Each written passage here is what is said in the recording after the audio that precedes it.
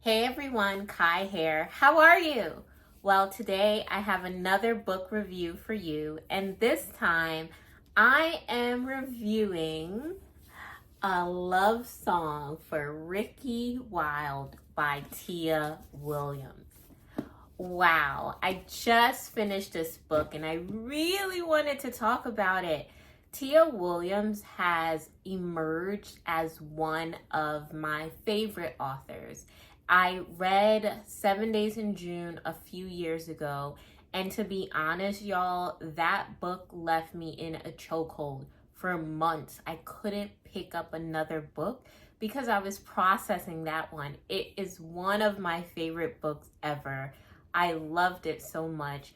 As someone born and raised in Brooklyn, I think that Tia Williams did a really good job in terms of representation and just really depicting my borough in a very positive light. Very authentic as well. So I love 7 Days in June. I love Eva and Shane love story. And I was highly anticipating a love song for Ricki Wilde. Really looking forward to this. Couldn't wait to get my hands on it.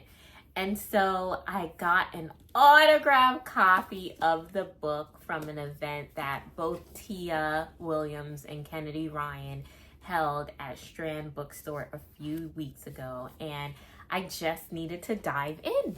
And so let's talk plot and then let's talk thoughts. How about that? So the plot centers on Ricki Wilde. And Ricki Wilde is just a really charming, passionate visionary. She's 28 years old and she has a dream to open up a flower shop. She's really into flowers and she has been educating herself on it, and she just has this strong dream to do that. However, she doesn't have the support of her family. Her family is actually pretty well off. So Ricki Wilde, she is a trust fund baby, and there is an expectation for her to continue on in the family business, which is in the funeral industry. But Ricki has other dreams, and ultimately she loses the support of her family in chasing those dreams. To be quite honest, her family thinks she is an absolute train wreck. So their expectations of her is really low. So us as readers, we embark on a journey with Ricki Wilde as she goes to Harlem and she opens up her floral shop. And we are on the edge of our seats trying to figure out, will she be a success or a complete failure? So that's one part of the book. Ricki is a dynamic individual, and so naturally she attracts a community that is just as dynamic as her. So we have Miss Della, who is the most amazing grandma figure, and I love that there is a grandma figure. If y'all know me, y'all know how much I love my grandma. So I love Miss Della serving as that surrogate grandma. And then she also has a friend named Tuesday, who is a former child star, trying to figure out her life and trying to figure out how she can make an impact and a legacy beyond her work as a child star. And then there is Ezra, and Ezra is a complete mystery, and Ricki and Ezra, they come together in the most unlikely way in a garden in Harlem, and I will leave it there. I'm not sharing anymore. That's it. Now, there's no spoilers in that. All of that information is in the flap of the book. So I'm not spoiling anything before you even read the book. That is all the information there. There's so much to unpack. Obviously, I won't do that in this video, but all of the supporting characters are amazing. They all have their own stories and they all have their own histories. The book is actually set in 2 time periods. So it is set in present day 2023, 2024, and it is also set, there is backstory that takes place in the Harlem Renaissance, which makes for a really intriguing, fascinating read. If you know me, then you may know that I am not only a book nerd, I am also a history nerd, specifically Black history. I love my history, love learning about my history, and I think the Harlem Renaissance is absolutely fascinating. So the fact that Tia Williams was able to write, between those 2 time periods, I absolutely loved it. There were other elements of this book that took place. This book is not just your typical romance. No, no, no. There is historical fiction. There's also a magical realism. And then, of course, there's the romantic element. And I really enjoyed the history, the historical fiction. Let's talk what I loved.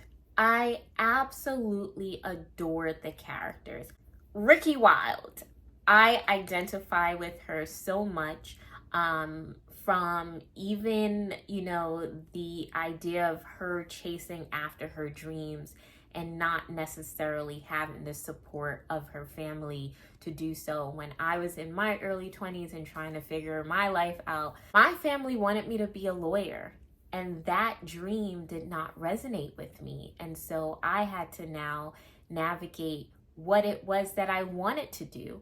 And I had to prove to my family that I could be successful, even though I wasn't following the dream that they had for me. And the pressure of that is really, really hard to navigate. And so I completely understand Ricki Wilde. I think throughout the book, it was the expectations of her family that was kind of a gaze throughout her story and her decisions. It was kind of like, kind of a shadow, I want to say.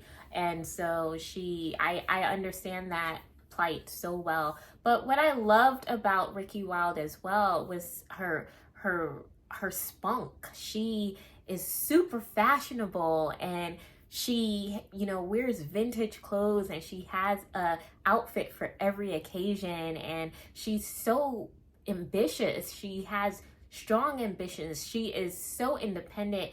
She is a DIY girly. She's going to figure it out. She, just was a social introvert, right? She was very introverted socially, which I also can identify with. And I loved that she was this awkward Black girl, and that level of representation is so important for me. But she was brilliant. Ricki Wilde is super smart.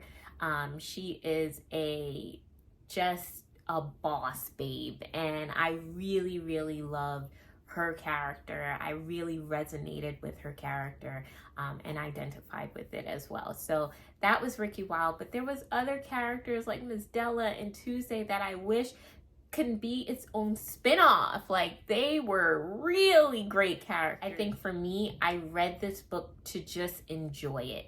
Were there, things in the book that was pretty predictable? Absolutely. But I don't take that as a bad thing. I was in for the wild, pun intended, the wild ride. It was so many adventures. It was so many twists and turns.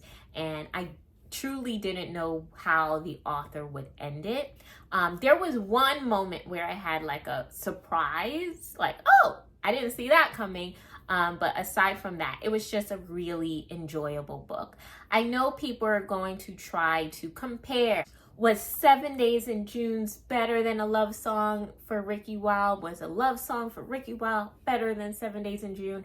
I am not even going to indulge in that conversation, but what I will say is that I truly appreciated that A Love Song for Ricki Wilde is completely different from A 7 Days in June, with all of those added elements to it, the magical realism, the fantasy elements. It is so different. Yes, at the root of it, it's still a romantic love story, an enchanting love story, but it is very different, and so I won't even indulge. I appreciated that it was so different because I probably also would have been comparing the two. So what are your thoughts? How are you feeling? Did you enjoy the book? Did you love it? Did you not love it? I'm curious about your thoughts. I know that I loved it. If you just want a really fun read, then this one is it for you. I devoured it. All right, y'all. I'll talk to you soon. Bye.